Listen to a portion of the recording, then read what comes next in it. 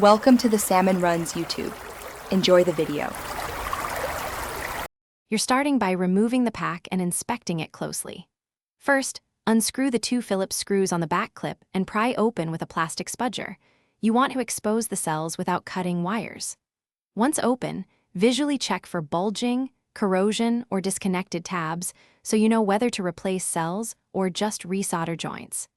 Measure voltage across the pack with a multimeter to confirm low charge versus failed cells, because that determines whether you'll swap cells or fix a connection. Now you'll handle the internal repairs.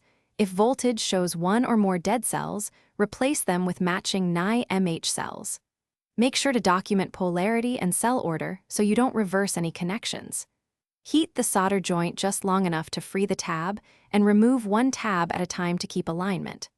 Once new cells are seated, solder tabs back using quick, controlled heat. Make sure joints are shiny and secure to ensure low resistance and stable current flow during use.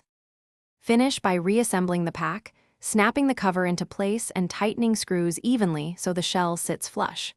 Insert the pack into the controller, connect to the console, and run a full charge cycle while testing button and stick responsiveness. A steady charge light and normal play for 30-60 minutes indicate success. If issues persist, open it again and inspect solder joints and individual cell voltages. Cold or cracked solder is the most common culprit and is quick to rework. Thanks for watching.